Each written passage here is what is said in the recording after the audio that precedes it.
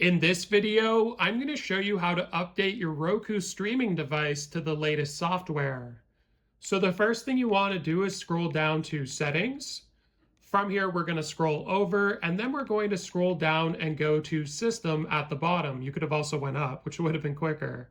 Next, we're going to scroll over and go to About, and from here, we're going to scroll down, and this is where you'll actually find Software Update. It'll also tell you the last time it was checked and updated.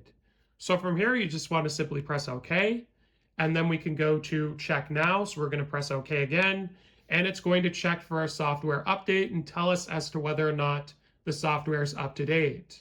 Now, do bear in mind, as long as your Roku is connected to the internet, it does check for this software and channel updates automatically once per day.